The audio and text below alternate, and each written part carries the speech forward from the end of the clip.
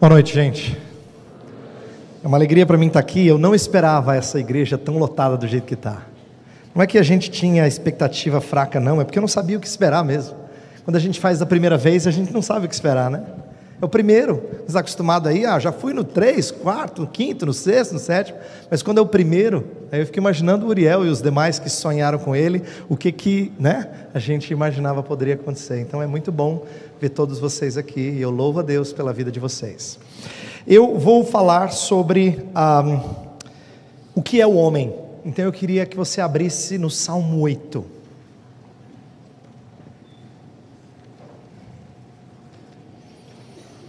Eu vou começar com o Salmo 8, eu não vou fazer uma exposição, mas eu quero começar com ele, e o meu desejo nessa noite vai ser falar do ser humano à luz de muitas teorias. Não é essa a proposta desse encontro? Não é? Se é o cristão em meio às teorias, eu quero começar lendo o Salmo 8, eu vou ler dos versos 1 até o 4, inicialmente. Salmo 8, de 1 a 4, diz assim: Ó Senhor, Senhor nosso, quão magnífico em toda a terra é o teu nome, pois expuseste nos céus a tua majestade. Da boca de pequeninos e crianças de peito suscitaste força por causa dos teus adversários, para fazeres emudecer o inimigo e o vingador.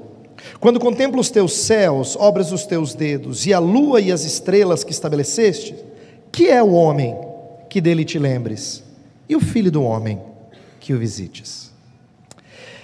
Eu leio até aqui porque eu quero que você se lembre que esse é um salmo sobre Deus. Normalmente os salmos já dão a dica no início, no primeiro verso, sobre o que vai falar o salmo. E o salmo fala sobre o Senhor magnífico em toda a terra.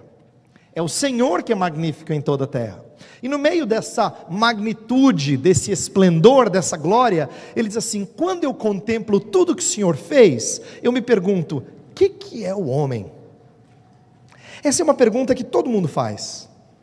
Às vezes um pouco mais filosoficamente, assim, na faculdade, e às vezes de maneira corriqueira, para tentar entender por que ele está aqui, o que ele está fazendo, qual é o alvo da sua vida, o que ele quer fazer da sua vida. Todas as vezes que a gente se frustra porque a gente tem sonhos que não foram realizados, a gente está tentando responder o que é o homem.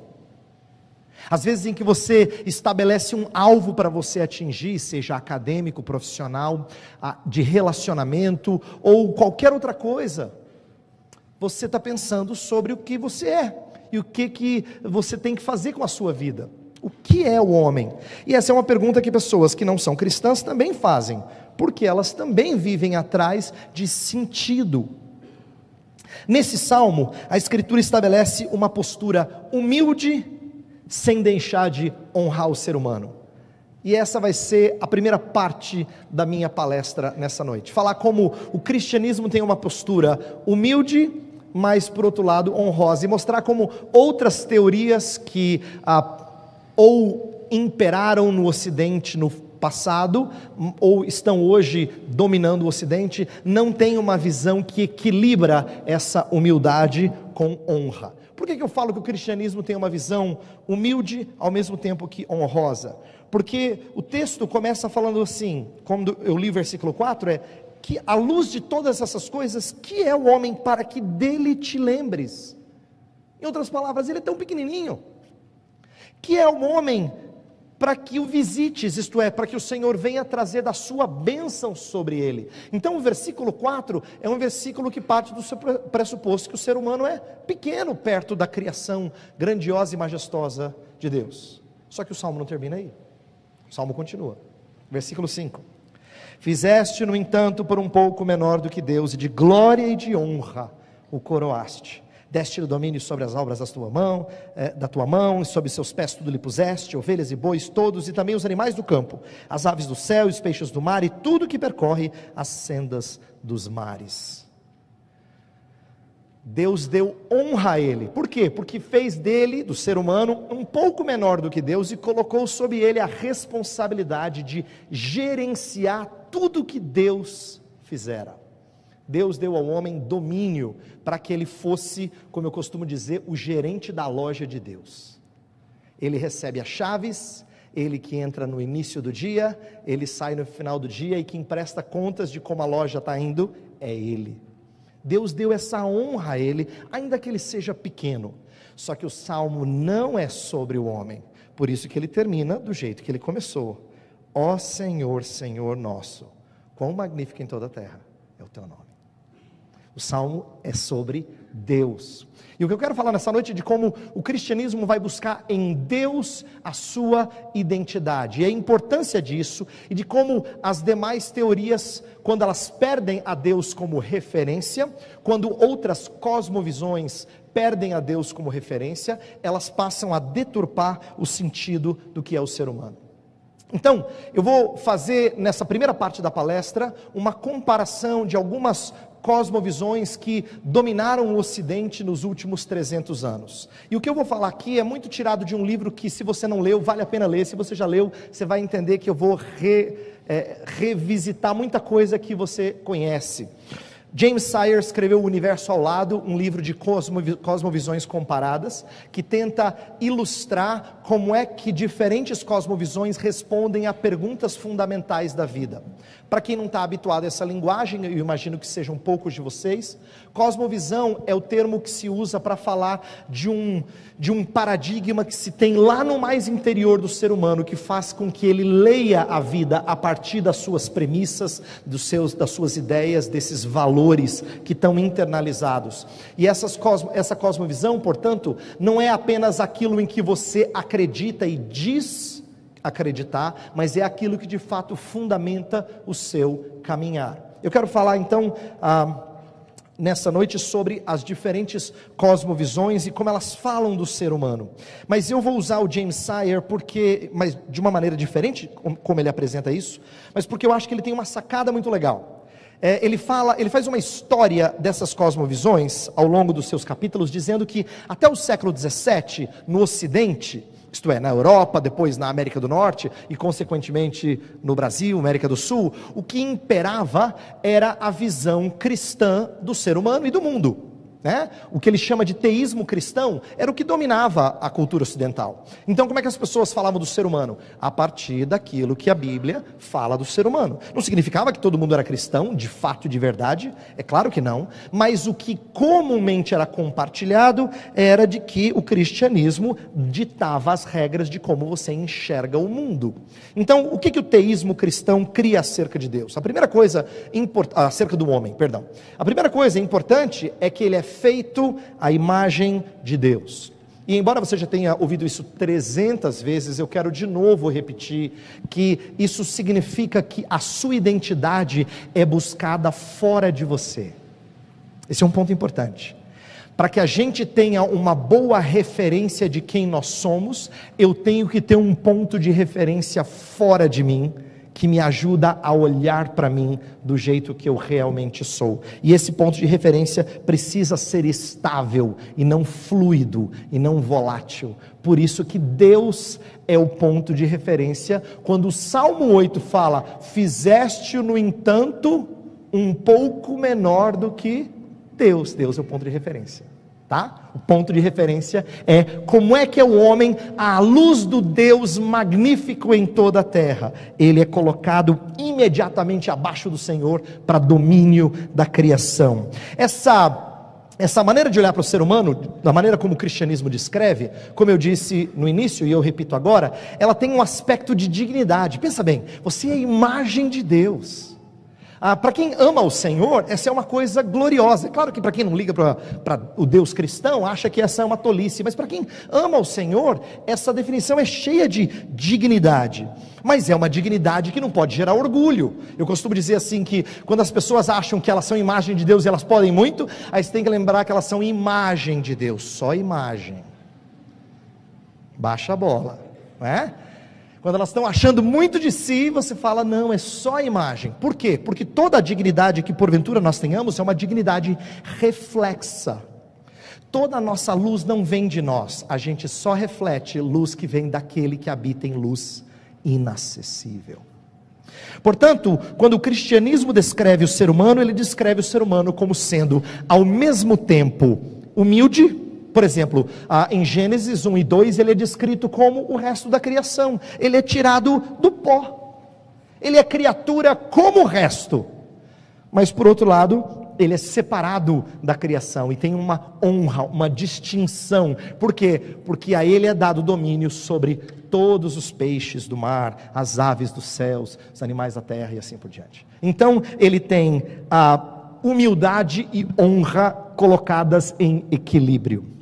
Bem, até o século XVII, no Ocidente, essa era a cosmovisão dominante. Mas com o surgimento do iluminismo, na modernidade, surgiu uma cosmovisão que ganhou força e acabou dominando o cenário intelectual na Europa e depois passou para as Américas, que foi o deísmo. O deísmo era a religiosidade do iluminismo. E o deísmo, diferente da nossa fé cristã, cria num Deus com toda a moralidade que a gente está acostumado. O deísta não tinha nenhum problema com 10 mandamentos, não terás outros deuses diante de mim. Ele achava bonito essa ideia de você amar o próximo, de você não matar, não furtar, não adulterar e não cobiçar. Ele valoriza todas essas coisas porque ele não abandonou algumas das premissas morais do cristianismo. O que ele deixou de acreditar é que esse Deus interagia com o ser humano o tempo todo. Ele era um Deus distante. É como se a conexão entre Deus e a sua criação fosse cortada. E por causa desse universo que agora está fechado, desse Deus que criou as coisas com potencial para ser bom, e fica lá assistindo e esperando ser louvado pelo bom desempenho do ser humano, então agora o que acontece com o ser humano? O ser humano passa a ganhar uma trajetória de engrandecimento. O que eu quero mostrar agora, nesses próximos minutos, é que a partir do momento que o cristianismo deixa de ser a cosmovisão dominante no Ocidente, a gente tem trajetórias opostas em relação ao ser humano. E a primeira delas é de ufanismo. É de começar a engrandecer o ser humano exageradamente. E começa com o deísmo. Por quê? Porque o deísmo acreditava que o ser humano tinha tudo aquilo que era necessário para progredir social, moral e espiritualmente. Ele não falava da obra do Espírito santificando ele. Ele não falava dos tropeços do ser humano e de como ele era um desventurado homem que precisava da graça de Deus. Nada disso. Pelo contrário, ele entendia que se uma pessoa era má, tinha que ser castigada mesmo, porque Deus fez um homem bom com condições de progredir. A queda foi minimizada na maneira deísta de enxergar o mundo. Os efeitos do pecado não eram mais do jeito que o cristianismo descrevera. Então, agora o ser humano tem potencial para desenvolver, tem potencial, existem altas expectativas para o ser humano. Inclusive nessa época que surge o conceito de uma sociedade que progride, uma visão progressiva da história rumo a um futuro brilhante. Embora o deísmo não seja mais a cosmovisão que impere em nossos dias, a gente vê resquícios dessa mentalidade ainda hoje. Anos atrás eu assistia um telejornal e uma coisa me chamou a atenção, simplesmente me chamou a atenção, porque reflete a maneira como as pessoas pensam. Estava uma matéria sobre violência nos estádios, e aí o âncora resolveu fazer um comentário. Ele falou assim: que absurdo, em pleno século XXI o ser humano ainda fazer uma coisa dessas, ser bárbaro desse jeito. Essa ideia de ser bárbaro e de ser violento, todo mundo concorda. O problema é que em pleno século XXI, isso não deveria acontecer. Olha a cabeça dele. Ele pensa que em pleno século XXI, o ser humano já deveria ter evoluído a tal ponto que violência não deveria ser mais parte do seu dia a dia. Ele tem essa expectativa. Quando as pessoas fazem tipo de comentário, o que ela pensa é: o ser humano, quando era homem das cavernas, eu entendo, mas hoje, com tanta tecnologia, a expectativa é que o ser humano caminha rumo a um progresso. É verdade que muito desse ufanismo foi frustrado na época das 2 grandes guerras mundiais no século XX, mas ainda tem gente que acredita muito no ser humano. Vai frequentar uma colação de grau para você ver. O que o paraninfo vai dizer? Eu acredito nessa geração, vocês são gente do bem, eu tenho certeza que esse Brasil vai para frente com vocês. Ele está dizendo que com o pai de vocês foi pro buraco, mas com vocês vai bem, né? Com os pais de vocês, a coisa foi muito mal, mas vocês vão fazer diferença. Essa expectativa ufanista, ela continua na história. Inclusive, o que vem depois do deísmo é que se Deus está distante da história, se Deus está distante do mundo, então Deus começa a perder a relevância para o nosso dia a dia aqui. Então o próximo passo depois do deísmo foi aquilo que é chamado de naturalismo, quer dizer, Deus não existe. Se o universo está fechado, para que ele vai ficar aqui? Então o naturalismo passou a ganhar força e se tornou a cosmovisão dominante do Ocidente por muito tempo. Em alguma medida ainda é em vários círculos. E o naturalismo vai falar das coisas de uma forma que parece depreciativa, e tem um lado depreciativo, mas também tem um lado muito ufanista, como eu estou falando. O lado depreciativo é falar do ser humano como mera matéria. Tem gente que não acha isso feio, eu acho isso bonito, porque quando ele olha para o ser humano como uma máquina, ele entende máquina não no sentido negativo, mas no sentido de algo super complexo, cheio de requintes, cheio de detalhes. Inclusive essa complexidade que encanta os pesquisadores, né? As pessoas que vão pesquisar o ser humano, a mente humana, a capacidade de raciocínio, a sua comunicação, a maneira como ele articula a fala, o fato dele conseguir acumular tradição e criar civilizações, tudo isso espanta esse animal. Ele é diferente dos outros animais, até um naturalista reconhece isso. Por quê? Porque mesmo que ele deprecie em alguma medida, chama do ser humano de máquina ou de matéria, ele entende que o ser humano é um animal distinto, ele é um animal racional. Essa linguagem aristotélica volta e se torna muito forte no naturalismo, porque o naturalismo pensa que o ser humano é igual ao animal, mas ele é diferente no sentido de que ele pensa, ele tem a independência, e essa maneira de exaltar o ser humano se tornou ufanista, porque se Deus agora não existe, no caso do deísmo ele ainda estava lá, mas se Deus não existe, então o ufanismo é ainda maior. Por quê? Quem é que determina o que ele deve fazer com a vida dele? Ele. O homem passa a ser autônomo, isto é, a sua própria lei. Ele determina o que ele faz. E aí o que se tornou mais comum em nossos dias, e a gente vê as consequências disso até hoje, é o existencialismo, que não deixa de ser uma veia do naturalismo. Existe um existencialismo naturalista que impera bastante em nosso tempo, e o existencialismo vai falar de cada pessoa ser totalmente livre com relação à sua natureza e ao seu destino. É a sua existência que dá validade à sua essência. Ele não é para fazer alguma coisa, ele faz e se torna. É o que ele faz que faz ele ser quem ele é, antes do que ele ser e agir em conformidade com o que ele já é. A ontologia, a gente fala isso em filosofia, ela começou a perder força, porque o importante é aquilo que ele faz com a sua existência. Ele está livre para construir significado na sua vida. Então, isso é para ilustrar que com o passar do tempo, perdeu-se um referencial de Deus, e quando se perde o referencial de Deus, você tem uma visão ufanista do ser humano, ufanista. James Sire ainda vai falar da nova era, que há uns tempos atrás era super badalada, hoje em dia é menos falada, mas que era uma espécie de apropriação de ideias orientais, mas com uma cara ocidental. E uma das frases mais marcantes do livro do James Sire veio de um dos líderes da nova era, que dizia assim: logo nós nos tornaremos os deuses que sempre temos adorado. Esse é o ufanismo batendo lá em cima. Olha só o que ele diz: logo nos tornaremos os deuses que sempre temos adorado. Então, quando Deus não é mais o referencial, o ser humano tem uma visão exagerada de si. Essa é uma das trajetórias, mas não é a única trajetória. O outro extremo também aconteceu. Há uma trajetória de depreciação do ser humano. Lembra que eu falei do naturalismo, descrevendo o ser humano como máquina?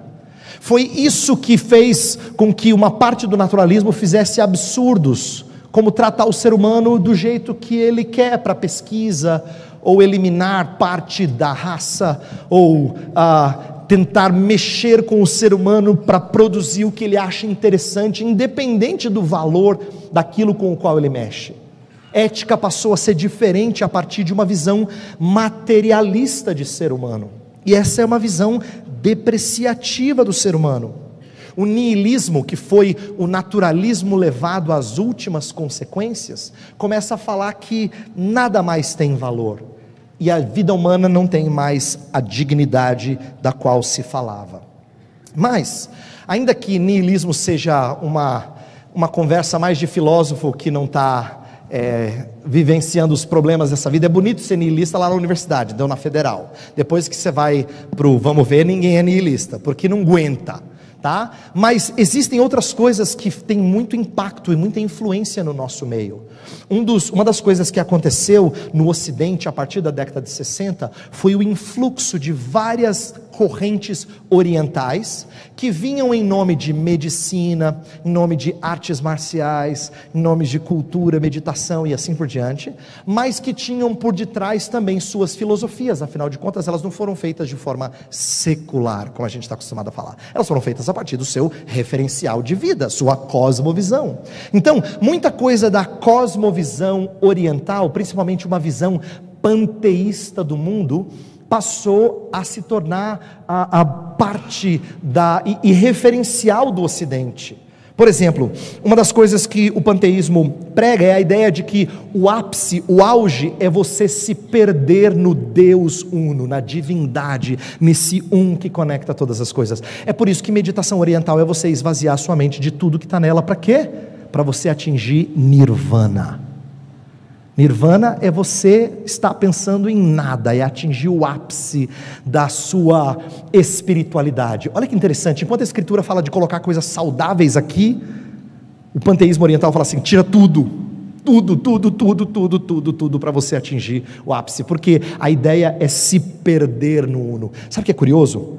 Embora isso pareça muito bonito em termos de filosofia para muita gente, na hora do vamos ver, isso traz aflição, porque ele não combina com a nossa Constituição. Por exemplo, na época que teve aquele tsunami no Japão, alguns anos atrás, que devastou muitas coisas, muitas pessoas adeptas de shintoísmo, confucionismo, budismo, passaram a buscar outro tipo de referencial. Por quê? Porque nessas cosmovisões, nessas religiões ou filosofias de vida, não tinha resposta para esse tipo de desastre. A vida humana, ela só tem valor quando ela se perde na unidade. Então o tsunami não parecia tão ruim assim, né?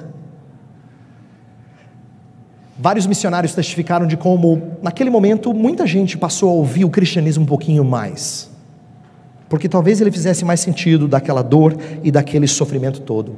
Anos atrás eu lembro de ver um filme norte-americano no qual havia uma competição entre uma fábrica japonesa e uma fábrica americana de produção de automóveis. E uma das coisas que o chefe dos americanos mais falava, sabe aquele filme assim de americano para deixar você bombado, sabe? Para animado assim, tipo com música do rock no fundo assim, né? Para deixar você animado. Então, ele falava sobre a importância de se doar para a empresa. Esse tipo de linguagem é uma linguagem de quem entende que a sua identidade é você se perder no coletivo. Isso é muito forte na cultura oriental. Ela parece muito bonita, porque tem a ver com servir o grupo, legal, mas ela perde senso de identidade, ela perde senso de individualidade. Tanto é que funcionário bom é aquele funcionário que fala, estou 35 anos na empresa, a empresa não sabe nem quem eu sou, não conhece meu nome. Essa era a ideia, esse era o conceito que se tinha de trabalhador que está várias horas na empresa e que não sai de lá. Olha só, essas coisas passaram a se tornar comuns no Ocidente, principalmente por causa de influência dessa mentalidade oriental. E essa é uma depreciação do ser humano. Então, o que eu quero mostrar é que o cristianismo, ele não precisa ir para nenhum desses dois lados. A postura cristã não é nem ufanista, nem depreciadora do ser humano. Enquanto as outras cosmovisões começam a se perder, ou para exagerar no conceito do ser humano, ou para depreciá-lo, o cristianismo pensa do ser humano aquilo que convém. E presta atenção nas pessoas que vivem ao seu redor. Elas realmente ou exageram nos elogios ou exageram nos xingamentos. É difícil as pessoas trazerem uma visão equilibrada do ser humano. Quando elas gostam de você, elas falam tudo de bom de você. Você é uma pessoa do bem, eu gosto de você porque você é um cidadão do bem. Você é uma pessoa de família, você tem princípios, valores, você é uma pessoa assim, se o Brasil fosse feito de gente como você, nossa, a gente estava primeiro mundo. Mas o problema é que tem aqueles cavalos, aquelas jararacas, aqueles Uma vez eu disse na igreja que quando a gente quer falar mal de alguém, a gente usa um animal. Que depreciar, pode prestar atenção, raros são os elogios com o nome de animal, normalmente é para avacalhar com alguém, né? Seu burro, mas que cara cavalo, ai, mas a língua dela parece uma cascavel, jararaca, quer dizer, sempre palavras depreciativas. Então você pode ver como as pessoas tendem a falar umas das outras, ou elogiando exageradamente, ou tirando aquilo que é próprio da imagem e semelhança de Deus. É difícil elas terem uma visão de queda, que faz com que o ser humano seja perdido, mas de redenção, que traz ele de volta ao propósito original de Deus, de exercer domínio sobre todas as coisas. É muito difícil, e o cristianismo faz isso. Mas antes de falar um pouco mais do cristianismo, eu quero ir para a segunda parte da minha palestra agora e mostrar como isso que a gente está falando sobre diferentes teorias se mostra hoje através de duas tendências muito fortes e que marcam a sua conversa com o seu colega de trabalho, ou com a sua família, ou com os seus amigos na faculdade, marcam o nosso dia a dia. É o que está nos programas de televisão, é o que está nos filmes, é aquilo que a gente pesca com mais frequência. Eu quero falar de como as pessoas tentam responder a pergunta: que é o homem? Com dois valores inegociáveis: liberdade e senso de identidade. Elas respondem que é o homem com dois desejos muito fortes. Eu vou tentar explicá-los e mostrar quais implicações desses dois sentimentos: liberdade e identidade. E eu estou tirando muita coisa que eu vou compartilhar com vocês aqui, principalmente de um livro do pastor Tim Keller, que ainda não saiu em português, chamado Fazendo Sentido de Deus, Making Sense of God, que está para ser lançado, e que é um livro que expressa alguns dos sentimentos dominantes do Ocidente, em termos de como é que o homem procura responder à pergunta: que é o homem? O que ele faz? O que ele quer? O que ele vislumbra para si? A liberdade tem a ver com eu fazer o que eu quero, contanto que eu não machuque alguém. A ideia de que ninguém tem o direito de me dizer o que eu devo fazer com a minha vida é ouvido nos últimos anos como sendo algo inegociável, um direito inalienável, não é? A ideia de liberdade é muito forte. E a segunda, de identidade, diz respeito a eu ser quem eu quero ser. Isto é, eu estabeleço através dos meus sentimentos, dos meus sonhos, o que eu quero ser. Ninguém impõe nada a mim, a sociedade não diz para mim, e eu tenho que ser verdadeiro à minha real identidade e expressar os meus sonhos. Aí sim eu vou ser de fato quem eu quero ser e quem eu sou. Então tem a ver muito mais com eu desejo ser do que eu sou imutavelmente algo assim, não é? Então esses dois valores são assumidos e inegociáveis, e eu quero falar deles, mostrando como eles parecem defender coisas que são positivas e encantam os jovens da nossa sociedade atual, mas que eles se mostram muito insatisfatórios à luz da palavra de Deus, e eles se mostram negativos e fazem mal antes do que bem ao ser humano. Mas vamos pensar um pouquinho sobre essas duas coisas, você vai ver como isso se conecta com muita gente que a gente conhece. Vamos falar de liberdade primeiro, depois de identidade. Liberdade tem sido celebrada como um dos direitos mais marcantes do Ocidente na Idade Moderna, e tem implicações sociais e individuais. Pensa, por exemplo, o iluminismo falava de libertação das amarras eclesiásticas, né? A ideia de que você tinha que ter, a igreja não podia mais ditar para você o que você tinha que fazer, ser ou a crer. Além disso, algumas coisas muito positivas que são celebradas até hoje, como por exemplo, a ideia de tolerância social, de sermos pessoas que toleram umas às outras a despeito da sua diferença. Essa era uma palavra forte que nasceu no iluminismo e ganhou força e continua dominando o nosso cenário atual. Muitas coisas positivas aconteceram como resultado disso. Por exemplo, as independências de países como o nosso e os que estão ao nosso redor, todos aconteceram a partir do valor moderno de liberdade. Se no passado era muito comum as pessoas se manterem cativas durante muito tempo, houve um tempo na modernidade em que muito país começou a se tornar livre, pipocou liberdade em tudo quanto é lugar, nas Américas, por exemplo, E não só nas Américas, mais tarde no continente africano e em outros lugares do mundo. Então, a ideia de países se tornarem livres se tornou uma coisa muito forte, é isso que a gente tem que pregar, a ideia de liberdade. E eu não posso dizer que todos esses elementos de liberdade são negativos. Por exemplo, pensa nos movimentos de libertação, pró-libertação de escravos. Pense nos momentos nos movimentos que falaram sobre dar à mulher, o início do movimento feminista, de dar à mulher o direito de votar. São coisas que hoje a gente quase não questiona mais.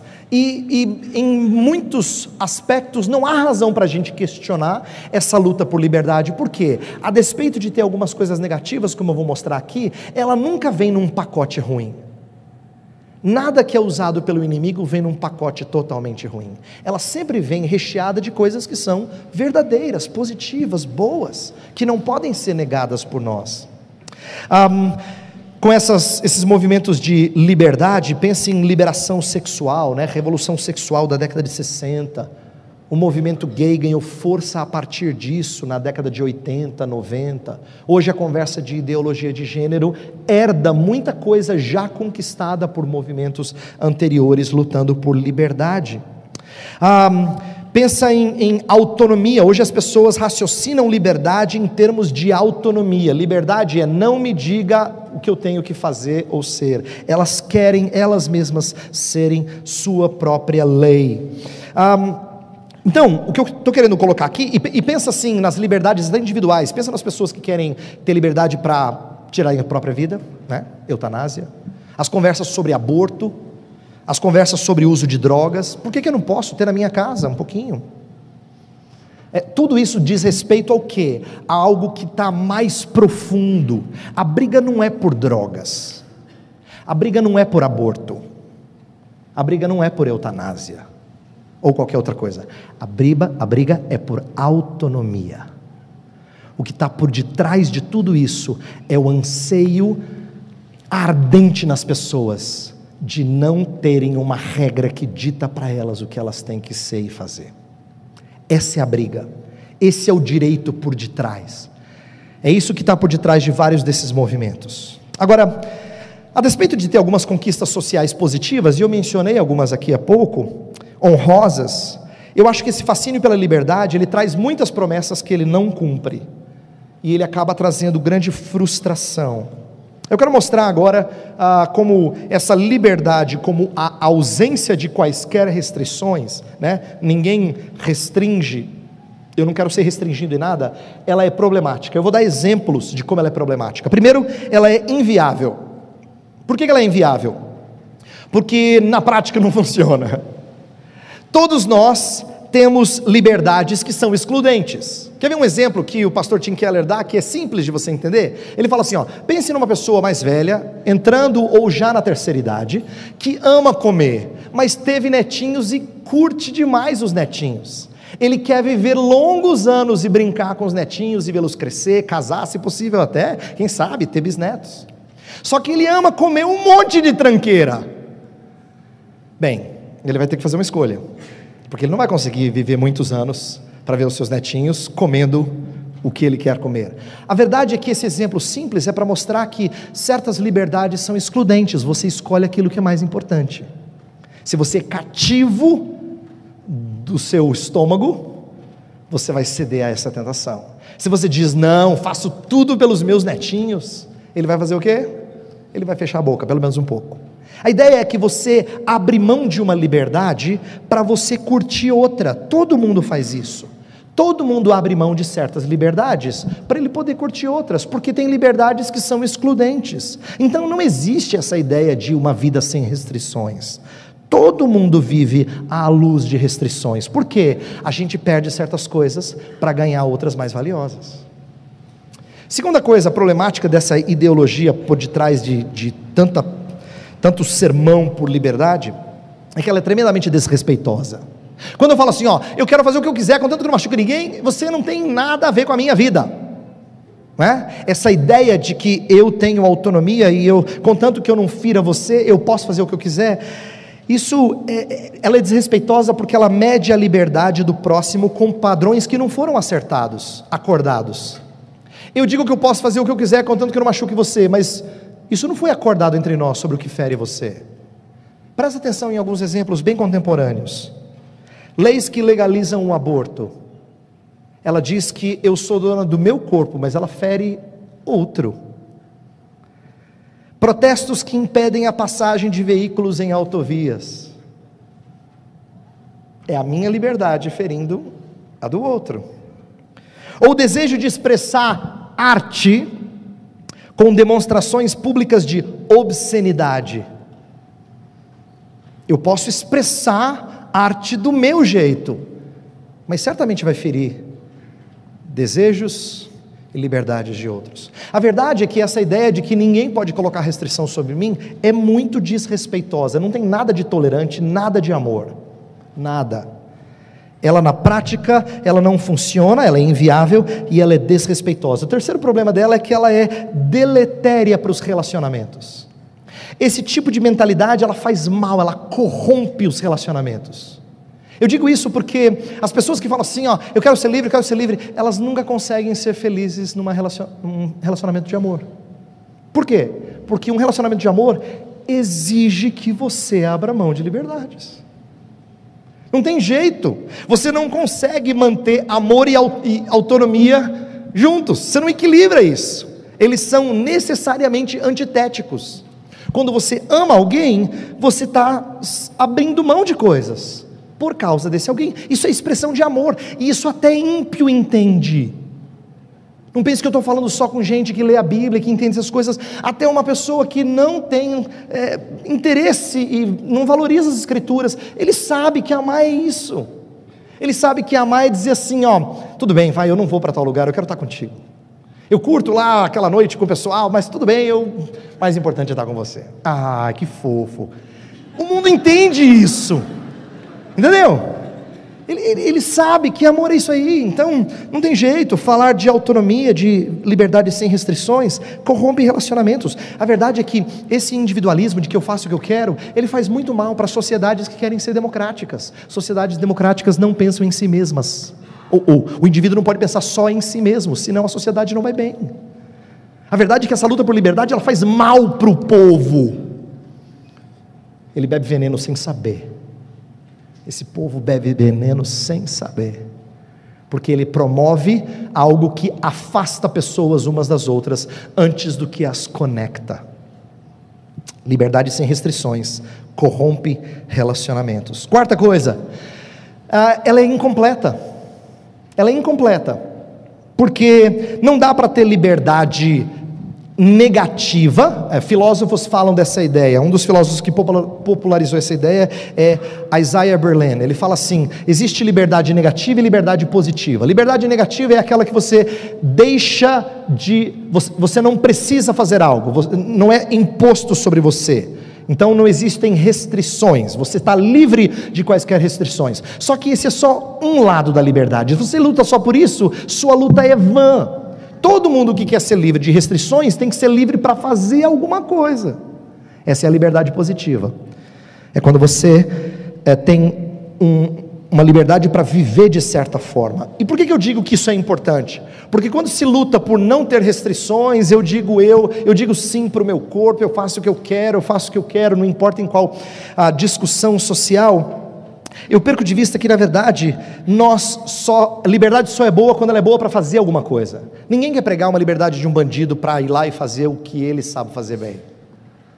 Liberdade só é boa quando você vai praticar algo que é bom.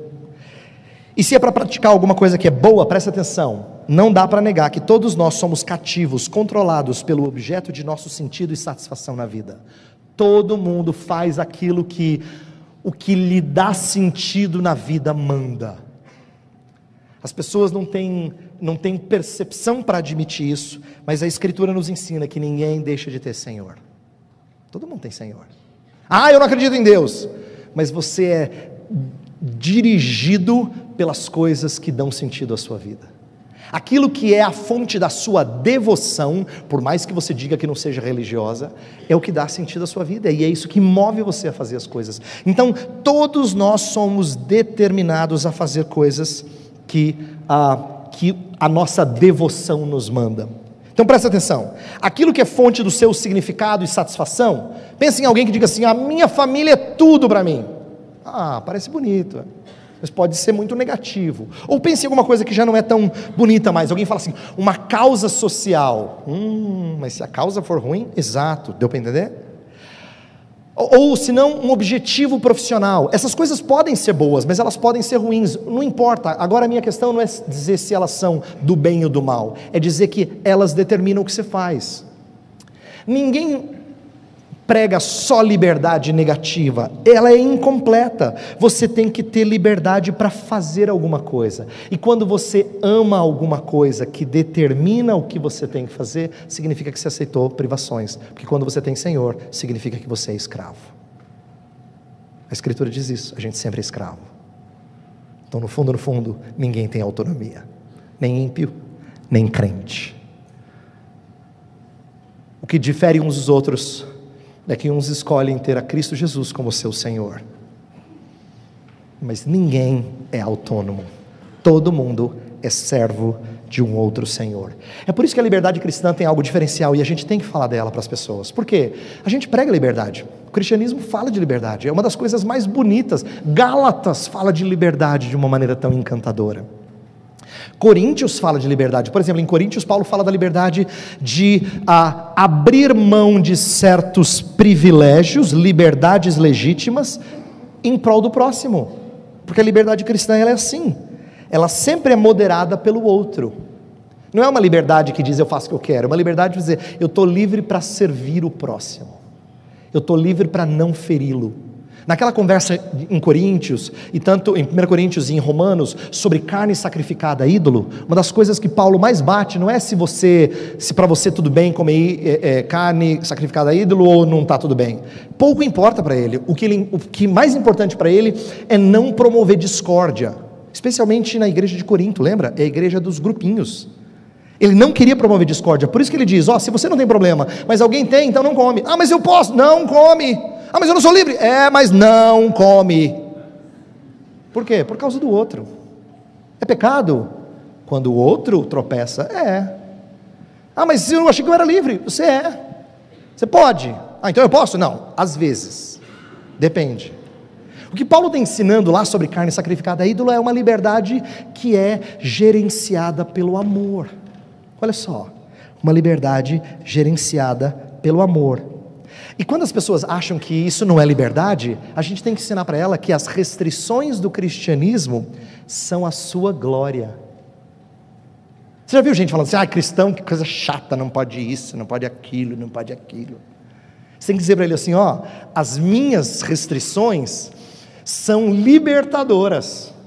Por exemplo, pensa na ideia cristã de não exercer vingança. A Bíblia fala sobre deixar o juízo para o Senhor, de não revidar mal com o mal. E por que isso é libertador? Porque isso é benéfico para mim, tanto social quanto espiritualmente. Pergunta para os psicólogos, e não precisa ser crente para saber que pessoas dirigidas por espírito de vingança fazem mal para si. Até quem não é crente entende isso. Até quem não é crente entende isso. As minhas restrições são a minha liberdade. São libertadoras. Deixa eu falar do segundo aspecto, da identidade, antes de terminar.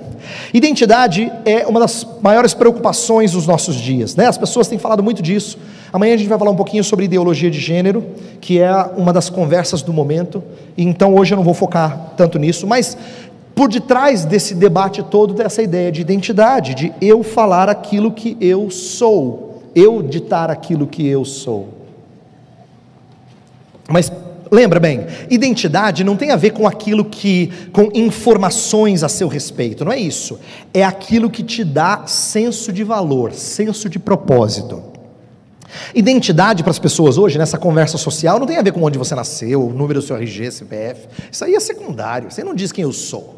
O que eu sou, aí ela vai descrever o que ela entende por identidade. O que lhe dá senso de propósito, senso de valor, é isso que é a conversa de identidade. Bem, quando ela busca isso, muitas vezes ela acha que ela está sendo o que ela quer, e ela não é atenta para o processo de formação da identidade como sendo algo cultural. A cultura ao seu redor é muito influente sobre ela, mesmo quando ela não percebe.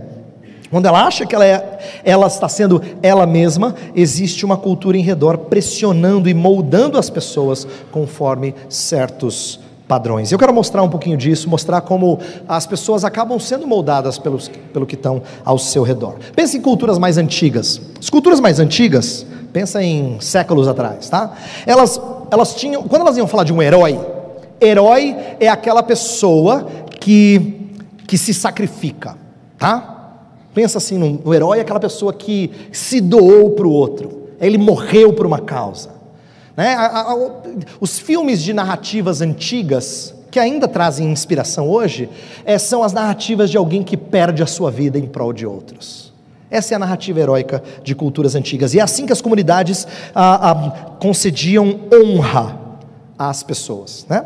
Hoje em dia, o que mais impera, a narrativa do herói, é de autoafirmação. Presta atenção em como isso é forte. A ideia é que se eu sou, seja quem você é, não tenha medo de ser feliz, esse tipo de conversa assim, é uma conversa de quem está estimulando autoafirmação. Eu tenho a impressão, e isso pelo que eu tenho visto ao meu redor, se a gente estivesse assistindo um programa de televisão em que mostrasse uma história de alguém que se sacrificou por outro, isso geraria certa comoção, as pessoas admiram isso. Mas o que arrancaria mais aplausos era alguém dizer o que é sem ter vergonha dos demais. Aí as pessoas bateriam palmas para encorajar e para dizer: uau, é isso mesmo, vamos encorajar você. E isso dita um pouco do que é mais valorizado em nossos dias. Mais do que se sacrificar, é você autoafirmar-se.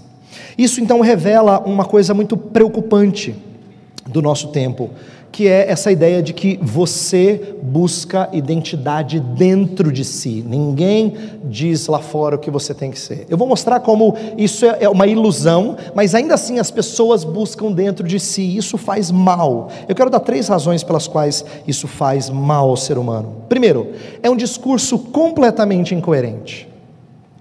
Quando as pessoas falam que elas são o que está dentro delas, elas sentem: olha, você diz para mim que eu sou tal coisa, mas na verdade eu sou outra. Então pensa no discurso de ideologia de gênero, né? As pessoas dizem que eu nasci menino, mas na verdade eu sou menina, eu sou mulher, eu sinto isso. Esse discurso é incoerente. Por que ele é incoerente? Presta atenção. Quando a gente forma a nossa identidade baseada em desejos, nós estamos em terreno extremamente volátil e frequentemente contraditório. Presta atenção. E esse exemplo do Tim Keller no livro que eu mencionei há pouco, para mim foi muito bacana. Ele abriu os olhos, ele foi na mosca. Ele disse assim, imagine um guerreiro do 8º século, Idade Média, que é um cara que gosta de ser honrado pelas batalhas que ele vence. Ele tem 2 sentimentos muito fortes dentro dele: um sentimento de agressividade, e estranhamente ele tem um sentimento de atração pelas pessoas do mesmo sexo.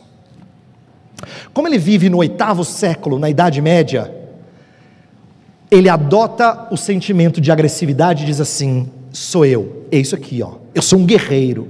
E o outro diz: esse não sou eu, isso não me define. Mas se você pegar o exemplo agora e andar cerca de 1.200 anos, um pouquinho mais, e encontrar um jovem numa metrópole, é capaz de ele ter os mesmos 2 sentimentos, a agressividade e a atração pelo mesmo sexo, e ele vai dizer assim: esse não me define, agressividade. Eu acho que eu sou isso aqui, só pode ser.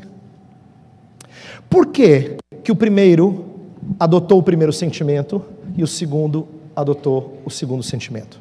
É porque na verdade o que define a gente não é o sentimento, é o filtro social que nos diz qual sentimento é bom adotar e qual não é.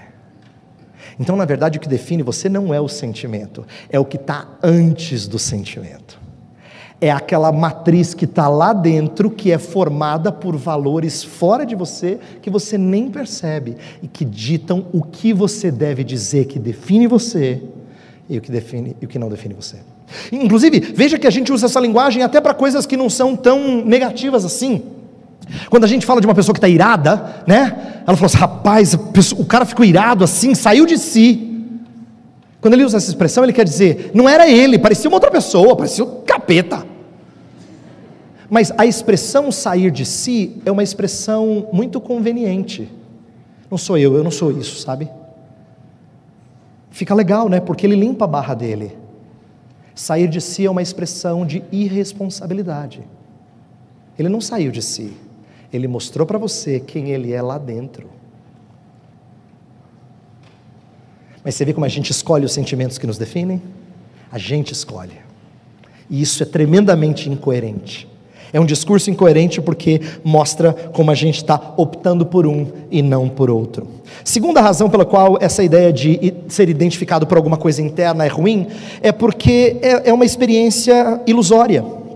Ilusória. Não é verdade que a gente não se importa com o que os outros pensam. Não é verdade. Isso vale para todo mundo. Presta atenção. As pessoas podem até fazer frente à maior parte da sociedade. Elas dizem assim: não, eu quero mostrar que eu sou um pioneiro nessa luta social. Eu quero ir contra todos esses preconceitos de séculos. Mas não tem jeito. Todo mundo pertence a um grupo, ainda que seja minoria, que dá sentido às suas causas. Por quê? Porque não dá para ir contra todo mundo sem exceção. Nós somos seres incuravelmente sociais. A gente tem que pertencer a uma tribo.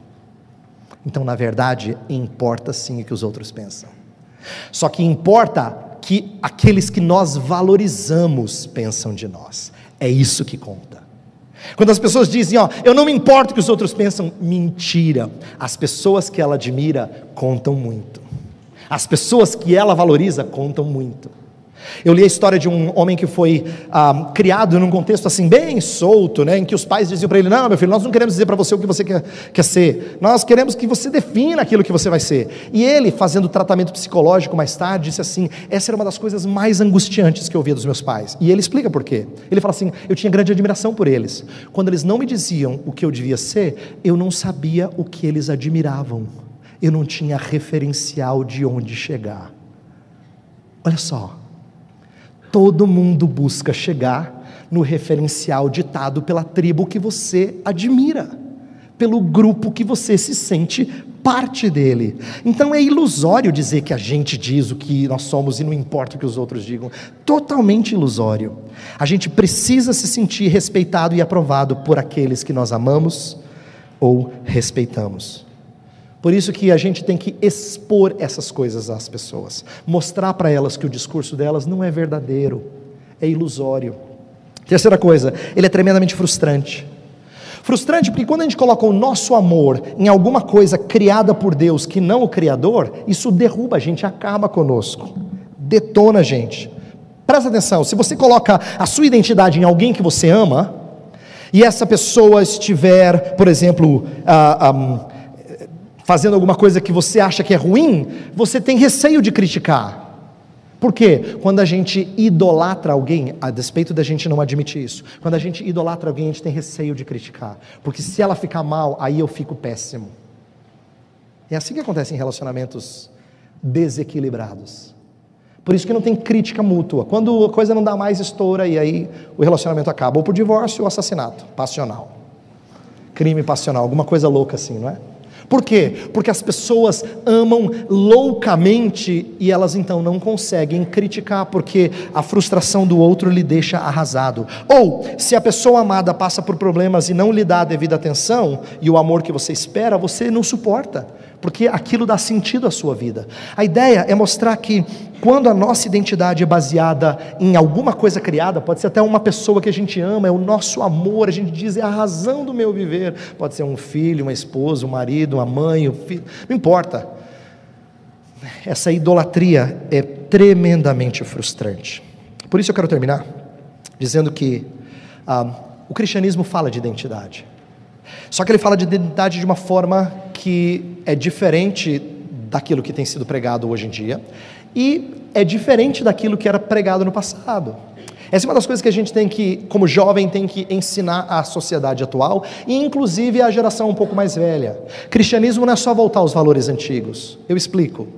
No caso de formação de identidade, culturas antigas valorizavam o que a sociedade diz que você tem que ser. É por isso que havia pouquíssima mobilidade social, porque a sociedade ditava aquilo que você tinha que fazer. Em nossos tempos é o oposto, mas a gente tem que ensinar que no cristianismo a gente não olha para fora, para a comunidade, para obter o senso de identidade.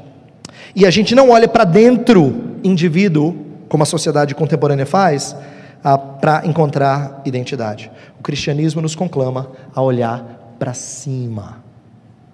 Nossa identidade é o Senhor.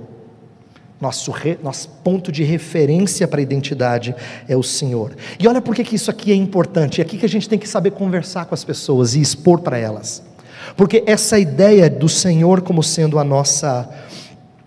nosso ponto de referência como identidade, evita alguns dos males sociais mais negativos em nossos dias. Por quê? Quando a comunidade impõe sobre o indivíduo a sua identidade, o que acontece? Opressão.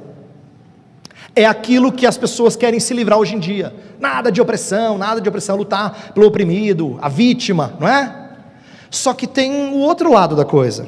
Quando o indivíduo despreza a comunidade, o que tem? Fragmentação social. É o que a gente está vendo hoje. Então, se a comunidade dita para você a sua identidade, tem opressão. Se o indivíduo diz assim, tô nem aí, o que a comunidade pensa? Tem fragmentação social. Qualquer um dos dois lados, a coisa vai de mal a pior. Por isso que o cristianismo tem uma mensagem que traz consequências, inclusive horizontais para a nossa identidade. A minha referência sobre o que eu sou é o Senhor. O cristianismo prioriza a aprovação divina. Mas ao falar isso, eu preciso terminar dizendo assim: ele não aprova o que eu realizei, ele aprova o que outro homem realizou. Essa é a parte central do Evangelho. Por quê? Porque identidade cristã não é o que eu conquisto na igreja, servindo bastante, ajudando o pastor, sendo uma bênção entre os jovens. Identidade cristã não é construída. Identidade cristã é recebida. Identidade no cristianismo nunca é conquistada, sempre é herdada. Por quê? Eu quero terminar com Hebreus capítulo 2. Você fala, pastor, por que Hebreus capítulo 2? Porque Hebreus 2 cita o Salmo 8.